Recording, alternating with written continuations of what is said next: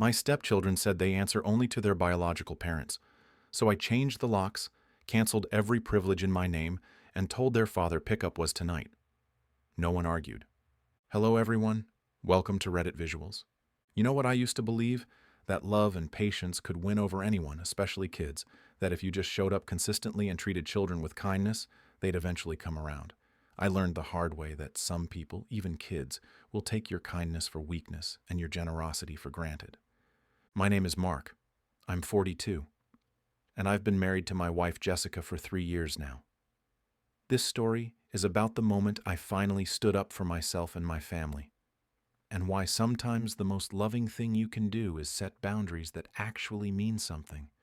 When Jessica and I got married, we became a blended family. I brought my 2 kids from my previous marriage, Emma, who's 10, and Tyler, who's 8. Jessica brought her 2 kids from her first marriage, Mason, who's 16, and Chloe, who's 14.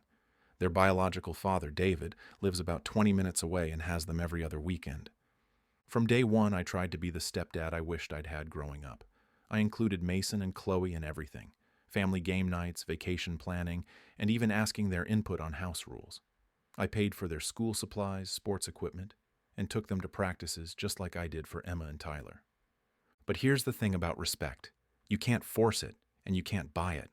The first red flag came about 6 months after we all moved in together. I asked Mason to help carry groceries in from the car. Simple request, right? He looked me dead in the eye and said, "You're not my dad. I don't have to listen to you."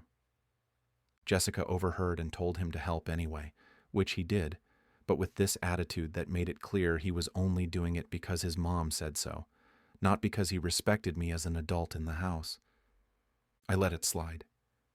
He's adjusting, I told myself. This is hard for him too. But it didn't get better. It got worse. Mason and Chloe developed this pattern of selective hearing. They'd respond immediately when Jessica asked them to do something, but when I made the same request, they'd act like I hadn't spoken. Or they'd look at me with this blank stare and say, "I'll wait for Mom to tell me." The breaking point started building in small moments, like when I'd cook dinner for everyone and Mason would make a show of asking Jessica if it was okay to eat what I'd made, or when Chloe would leave messes in common areas and when I asked her to clean up, she'd say, "My mom didn't tell me to." Then it started affecting my own kids. Emma came to me crying one day because Mason had taken her art supplies without asking. When she asked for them back, he told her, "Your dad doesn't make the rules here. Only real parents do." Real parents. Tyler started asking me why Mason and Chloe didn't have to listen to me like he did. How do you explain to an 8-year-old that some kids in the house follow different rules based on whose DNA they share? I talked to Jessica about it multiple times. She'd have conversations with Mason and Chloe. They'd apologize, and things would be okay for a few days. Then we'd be right back to the same pattern. "They're still adjusting," Jessica would say. "Their father fills their heads with ideas about loyalty and biological family. Just give it more time." But time wasn't fixing anything. It was making things worse because Mason and Chloe were learning they could disrespect me without real consequences. The incident that changed everything happened on a Thursday night in February. I'd had a long day at work, and I came home to find Tyler in his room crying. When I asked what was wrong, he told me that Mason had broken his favorite toy, a model airplane we'd built together. And when Tyler got upset, Mason said, "Tell your dad to buy you a new one. That's all he's good for anyway." I found Mason in the living room playing video games like nothing had happened. "Mason," I said, "we need to talk about what happened with Tyler's airplane." He didn't even pause his game. "I don't know what you're talking about. You broke his model airplane, the one we built together." He shrugged. "Accidents happen." This wasn't an accident. Tyler said you threw it against the wall when he wouldn't let you use his gaming headset. Mason finally looked at me, but his expression was pure defiance. "Tyler's lying, and even if he wasn't, you're not my dad. I don't have to explain anything to you." "You're living in my house," I said, trying to keep my voice calm. "You're eating food I buy, using electricity I pay for, and you just broke something that belongs to my son. You absolutely do owe me an explanation." He laughed. "Your house. Mom pays rent too.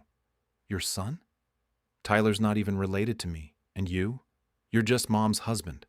You're not my parent, you don't make my rules, and I don't answer to you. Something snapped inside me. Not anger exactly, but this cold clarity. This kid had just told me exactly where I stood in his eyes, and it wasn't just disrespectful, it was cruel. But instead of yelling, I nodded. Okay, I said. I hear you loud and clear. I walked away and went to my home office. I pulled out my laptop and started making a list of everything in the house that was in my name or that I paid for. The mortgage, the utilities, the internet, the cable, the family cell phone plan that included Mason and Chloe's phones, the car insurance that covered Jessica's car, the one she drove Mason and Chloe around in, the gym membership, the streaming services, even the gaming console Mason had been playing on. Then I started making phone calls. I called my cell phone provider and removed Mason and Chloe's lines from our family plan. I called the cable company and scheduled a disconnection for the next day. I called the internet provider and did the same. I changed the password on all the streaming accounts. Jessica found me in the office around 10 p.m. What are you doing? She asked. Mason made it very clear tonight that I'm not his parent and he doesn't answer to me, I said without looking up from my computer. So I'm making sure he doesn't have to worry about accepting anything from someone who isn't his parent. Her face went pale. Mark, what did you do? I'm removing Mason and Chloe from everything that's in my name or that I pay for. Their phones are already disconnected. Internet and cable get shut off tomorrow. I'm also going to need David's address because I'll be dropping off their belongings this weekend. You can't be serious? I looked at her then. Jessica, your son just told me I'm nothing more than your husband, that I have no authority in my own house, that my children don't matter because they're not related to him. He's right that I'm not his parent, but that means I'm not responsible for him either. They're kids, Mark. They're still learning. No, I interrupted. Emma and Tyler are kids, and they've learned to be respectful. Mason is 16. He's old enough to drive, old enough to have a job, old enough to understand consequences. If he wants to act like I don't exist, then as far as his privileges go, I won't exist. I spent the next day implementing my plan. I packed up Mason and Chloe's belongings, clothes, electronics, personal items, and loaded them into my truck. I changed the locks on the house and had new keys made for Jessica, Emma, Tyler, and myself. When Jessica, Mason, and Chloe came home that afternoon and couldn't get in, they called me. Mark, Jessica said when I answered, we can't get in the house. I changed the locks, I said calmly. Mason and Chloe's things are packed and ready to go to David's. You can't kick out my children? I'm not kicking them out because they're your children. I'm removing them because they've made it clear they don't recognize me as having any authority in my own home. People who don't respect the homeowner don't get to live in the home. There was silence on the other end. I'll be home in 20 minutes, I continued. David can pick them up then, or you can drive them over. But they're not coming back in this house until they can treat me with basic respect. When I got home, David was already there. Jessica had called him, and he'd come straight over. David said when he saw me, "This seems pretty extreme over some teenage attitude." I looked at him steadily. David, if your son told you that you weren't his parent, that he didn't have to listen to you, and that your children didn't matter to him, what would you do? David was quiet for a moment. I'd probably want to teach him a lesson. That's all I'm doing, teaching a lesson about respect and consequences.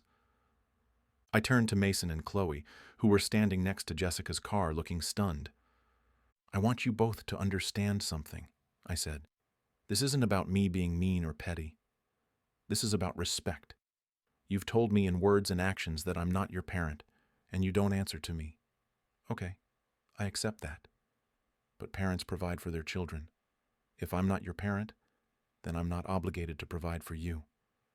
Mason, for the first time since I'd known him, looked uncertain. You're really going to make us leave? You told me I had no authority over you in my own house. You were right. But authority and responsibility go together. No authority means no responsibility. Chloe started crying then. But where will we go?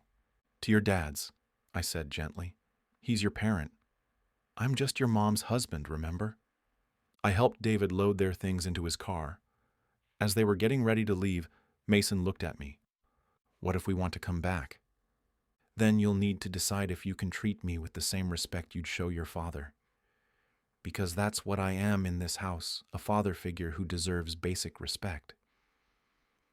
They left with David that night. Jessica was furious with me at first. We had some very difficult conversations over the next few days. She accused me of being cruel, of giving up on her kids, of putting my ego before our family. But I held firm. "Jessica, I love you, and I want to love your kids, but I can't love people who actively disrespect me and hurt my children. Mason and Chloe need to learn that actions have consequences, and the consequence of rejecting my authority is losing my support." Emma and Tyler, meanwhile, were different kids. The tension in the house disappeared overnight. They did their homework without being asked, helped with chores without attitude, and for the first time in months, they seemed relaxed in their own home. After a week, David called me. "Mason and Chloe want to come back," he said. "They've been asking every day." "What do you think?" I asked. "I think they learned something," David said. "Mason especially. He's been quieter, more thoughtful. I think he realized that respect isn't optional in a household." "And Chloe?" "She misses her mom, and she asked me to tell you she's sorry for being rude." I talked it over with Jessica. We decided to let them come back, but with clear expectations. When Mason and Chloe returned, I sat them down for a conversation. "Before you move back in," I said, "I need to know that you understand the rules of this house. I'm not asking you to call me Dad or to love me like you love your father, but I am asking you to treat me with the same respect you'd show any adult who's taking care of you." Mason nodded. "I get it. And I'm sorry about what I said about Tyler and the airplane thing. That was messed up." "And I'm sorry for being disrespectful," Chloe added quietly. "I didn't realize how much you do for us until it was gone." It wasn't perfect immediately. There were still moments of tension, still times when old patterns tried to resurface, but something fundamental had changed. Mason and Chloe had learned that respect isn't just something you give to people you're related to, it's something you give to people who care for you. 6 months later, Mason came to me when he was struggling with a math problem instead of waiting for Jessica to get home from work. Chloe started saying thank you when I drove her to soccer practice. Small things, but they mattered. The real test came about a year later when Mason wanted to go to a concert with friends. He came to me and Jessica together and asked for permission. When Jessica said yes, but I expressed some concerns about the venue and the crowd, Mason didn't dismiss me or say he didn't have to listen to me. Instead, he addressed my concerns seriously and worked with me to come up with a compromise that made everyone comfortable. That's when I knew we'd truly become a family. Looking back, I don't regret changing those locks. Some people called it extreme, but sometimes extreme situations require clear responses. Mason and Chloe needed to learn that you can't have the benefits of being part of a family without the responsibility of treating all family members with respect. My marriage with Jessica is stronger now, too. She saw that I wasn't willing to be a doormat, but I also wasn't willing to give up on her kids. I was willing to fight for a relationship built on mutual respect rather than one-sided obligation. Emma and Tyler learned something important, too, that respect isn't negotiable in our house and that I'll stand up for them when they're being treated poorly. As for David, he and I actually have a better relationship now. He respects the fact that I held his kids accountable, and I respect that he supported the lesson they needed to learn. So there you have it. Sometimes love means setting boundaries. Sometimes being a good parent or step-parent means being willing to be the bad guy for a while to teach an important lesson. Was I wrong to change the locks and kick out my stepchildren? Or was it the wake-up call they needed to learn about respect and consequences? Let me know what you think in the comments below. And if you enjoyed this story, please hit that like button and subscribe to Reddit Visuals. We're building a community here where respect matters and consequences are real. Thanks for watching.